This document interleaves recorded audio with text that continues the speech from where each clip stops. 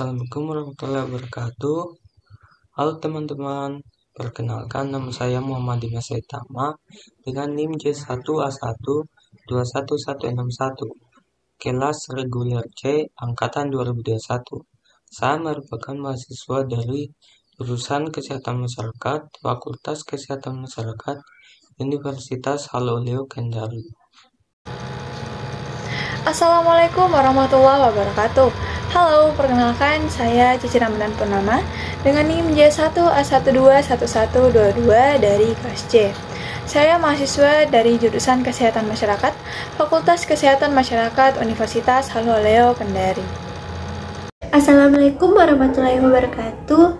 Halo, perkenalkan nama saya Naria Angriani dengan NIM J1A1211166 dari kelas C. Saya merupakan mahasiswi dari jurusan Kesehatan Masyarakat, Fakultas Kesehatan Masyarakat, Universitas Haloleo Kendari.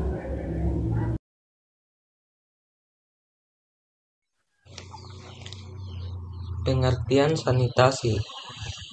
Sanitasi adalah sebuah perilaku yang disengaja untuk membudayakan hidup dengan bersih dan bermaksud untuk mencegah manusia bersentuhan secara langsung dengan bahan-bahan kotor dan berbahaya, yang mana perilaku ini menjadi usaha yang diharapkan bisa menjaga serta meningkatkan kesehatan manusia. Menurut WHO, sanitasi adalah suatu usaha yang mengawasi beberapa faktor lingkungan fisik yang berpengaruh kepada manusia, terutama terhadap hal-hal yang mempengaruhi efek, merusak perkembangan fisik, kesehatan, dan juga kelangsungan hidup. Jadi, dengan kata lain, sanitasi dapat didefinisikan sebagai sebuah upaya yang dilakukan demi menjamin dan mewujudkan kondisi yang sudah memenuhi syarat kesehatan.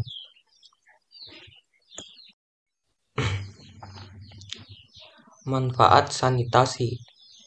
Sanitasi yang sehat memberikan banyak manfaat positif bagi kehidupan masyarakat. Mengutip dari WHO dan Oxfriani Geoffrey Sumampau dalam bukunya Kesehatan Lingkungan Kawasan Pesisir. Adapun berikut manfaat sanitasi yang sehat. Yang pertama yaitu mencegah penyakit menular.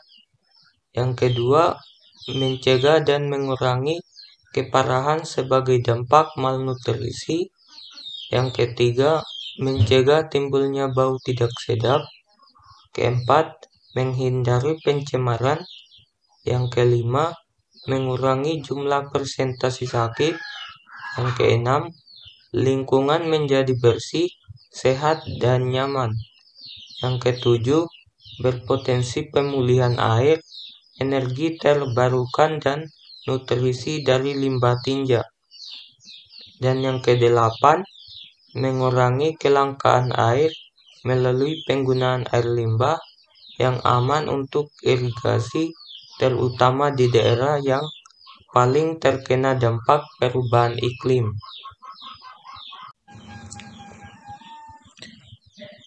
Pengertian pesisir. Pesisir merupakan daerah pertemuan antara darat dan laut. Ke arah darat meliputi bagian daratan, bagian kering maupun terendam air yang masih dipengaruhi sifat-sifat laut seperti pasang surut, angin laut, dan perembesan air asin. Sedangkan ke arah laut meliputi bagian laut yang masih dipengaruhi oleh proses-proses alami yang terjadi di darat, seperti sedimentasi dan aliran air tawar, maupun yang disebabkan oleh kegiatan manusia di darat seperti penggundulan hutan dan pencemaran. Pengertian masyarakat pesisir.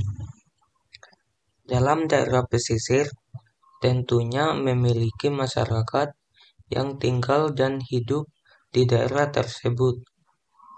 Sekumpulan masyarakat yang hidup bersama-sama mendiami wilayah pesisir, membentuk dan memiliki kebudayaan yang khas yang terkait dengan ketergantungannya pada pemanfaatan sumber daya pesisir disebut dengan masyarakat pesisir.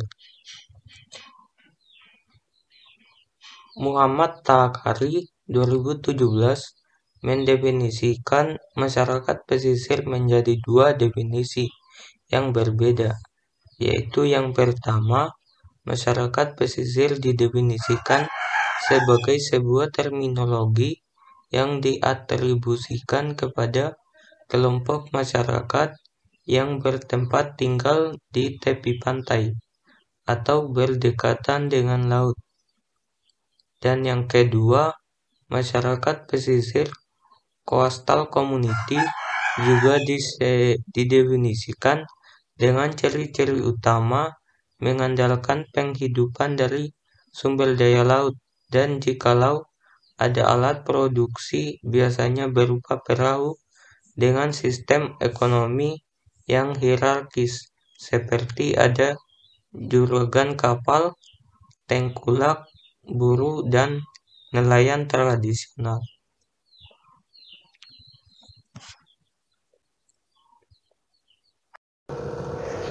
Sanitasi dasar masyarakat pesisir.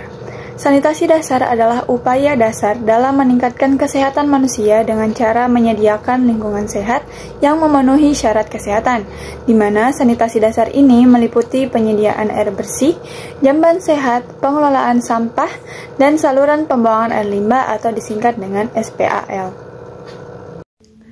Sanitasi dasar yang pertama yaitu penyediaan air bersih.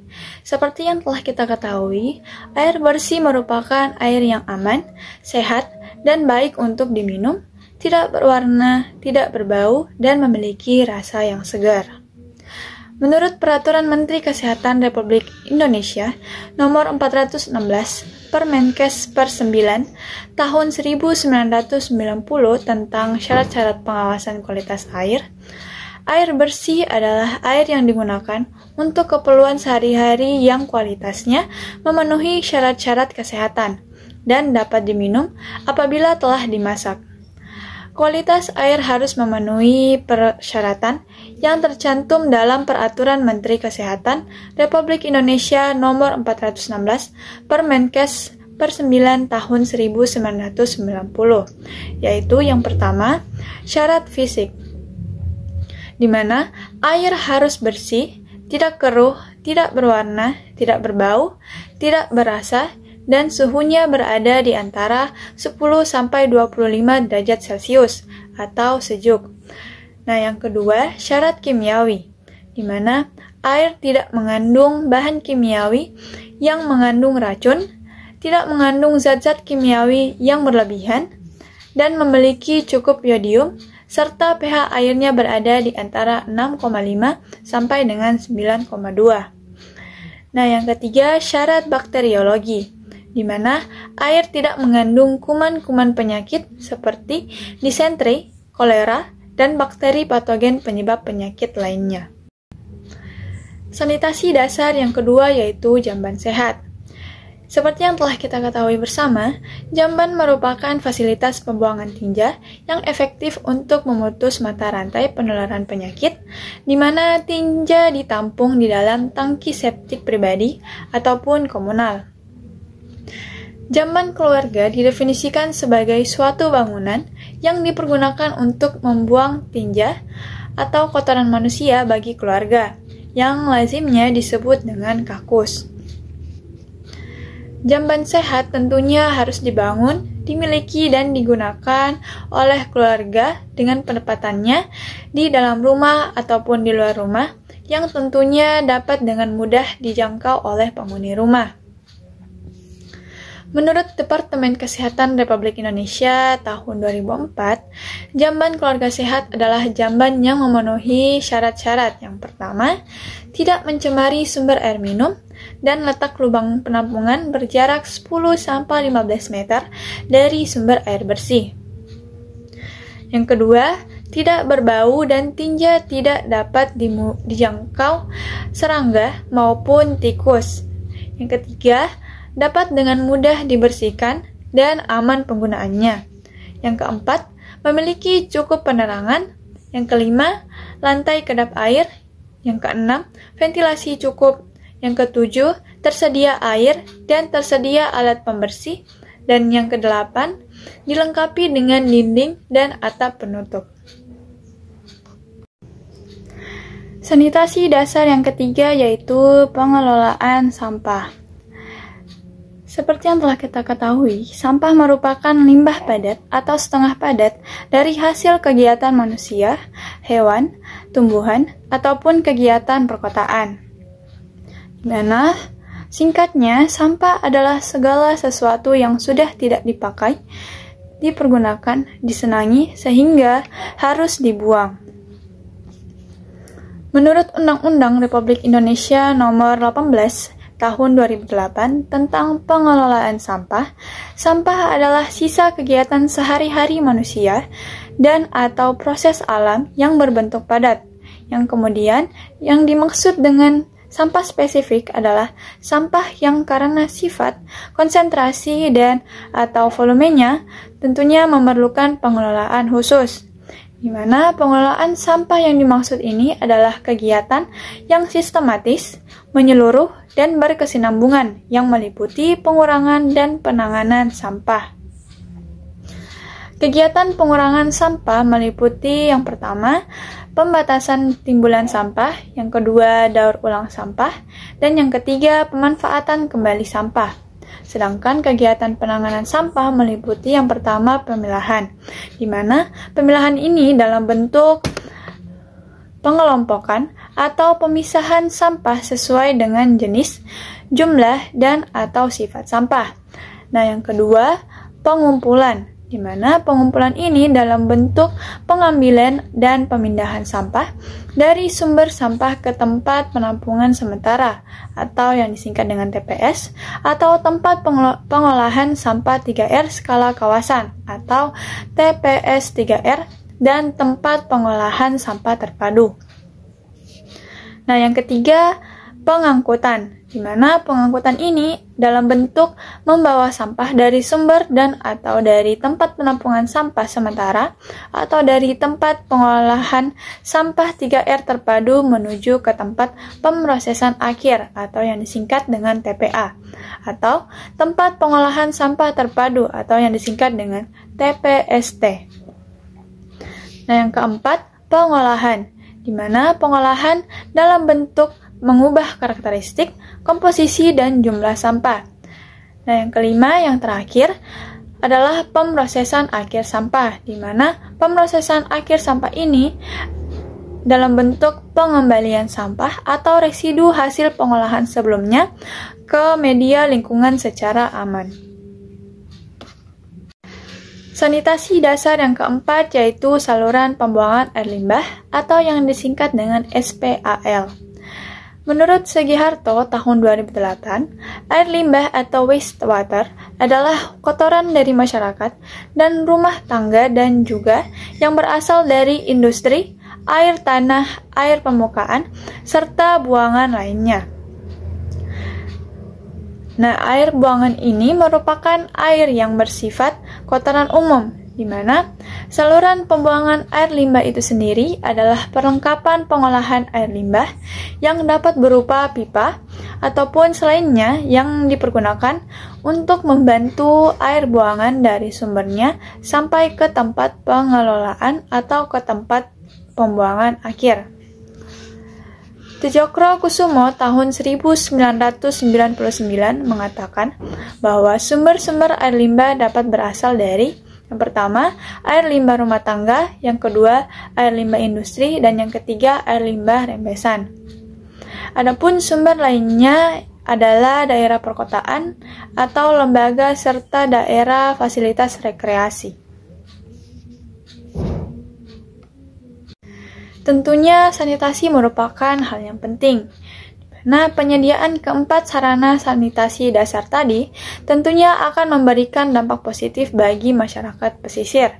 Namun faktanya, penyediaan keempat sarana sanitasi dasar tersebut masih belum memadai di daerah pesisir. Hal ini disebabkan karena pola pikir masyarakat yang belum menyadari akan pentingnya sarana sanitasi dasar dalam kehidupan sehari-hari, sehingga angka kesakitan akibat buruknya fasilitas sanitasi masih tinggi. Selain pola pikir masyarakat pesisir yang tidak menyadari akan pentingnya sarana sanitasi dasar dalam kehidupan sehari-hari, rendahnya ekonomi masyarakat pesisir juga menjadi faktor penyebab sarana sanitasi dasar masyarakat pesisir belum memadai.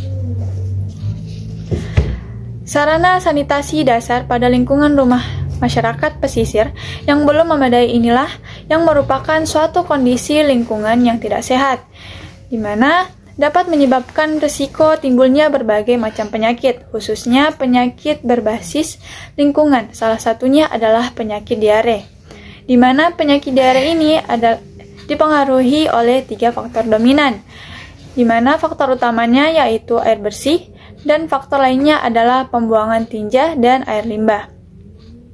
Nah, ketiga faktor inilah yang jika berinteraksi dengan perilaku sanitasi buruk manusia, maka akan menyebabkan timbulnya penyakit diare pada masyarakat pesisir.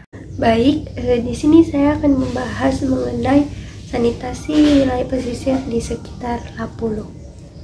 Salah satu wilayah yang memiliki kesulitan yang cukup tinggi dalam hal sanitasi adalah wilayah pesisir.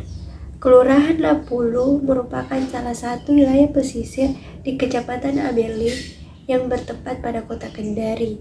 Dari hasil survei di Kelurahan Lapulu, Kecamatan Abeli, Kota Kendari pada tanggal 3-4 Oktober tahun 2022 dengan mewawancara 40 responden, kami mendapatkan beberapa masalah, yaitu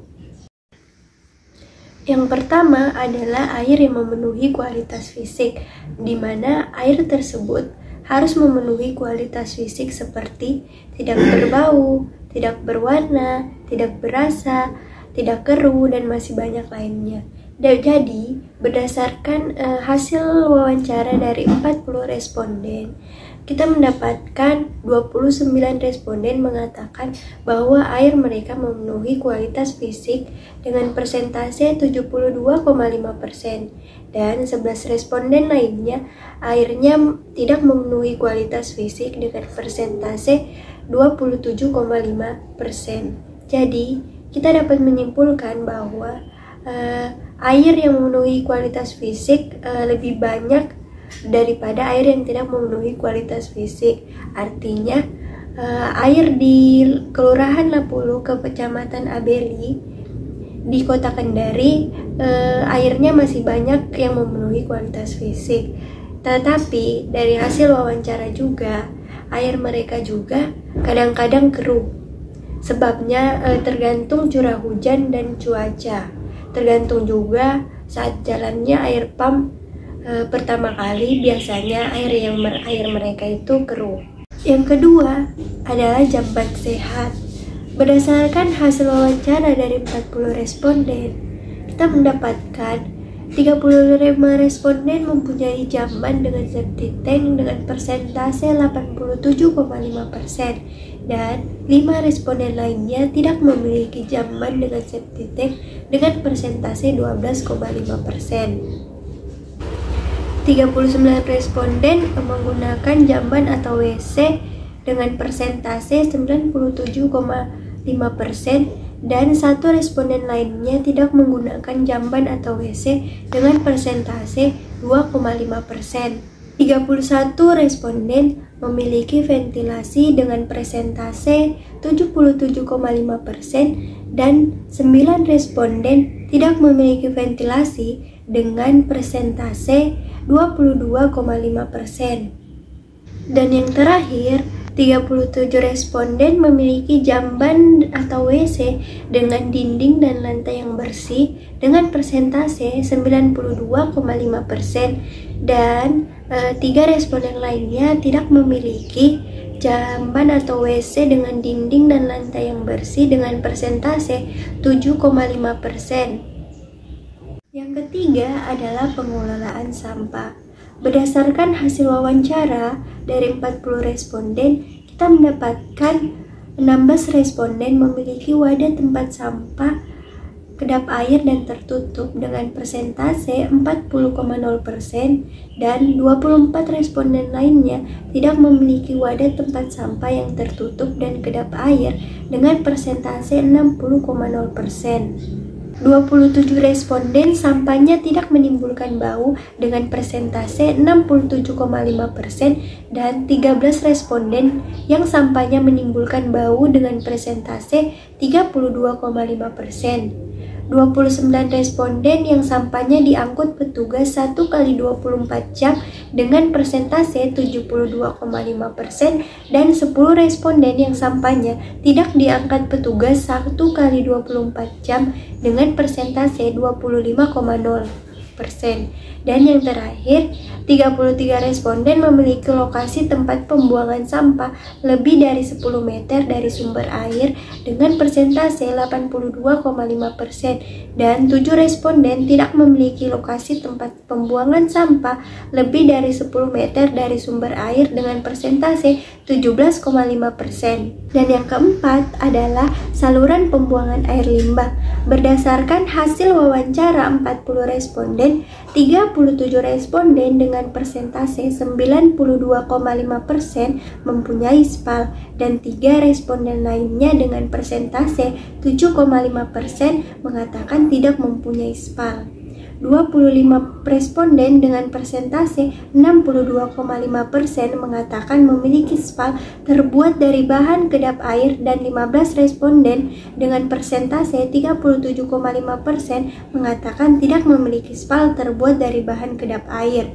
27 responden dengan persentase 67,5% mengatakan SPAL selalu terjaga kebersihannya dan 13 responden dengan persentase 32,5% mengatakan SPAL tidak selalu terjaga kebersihannya.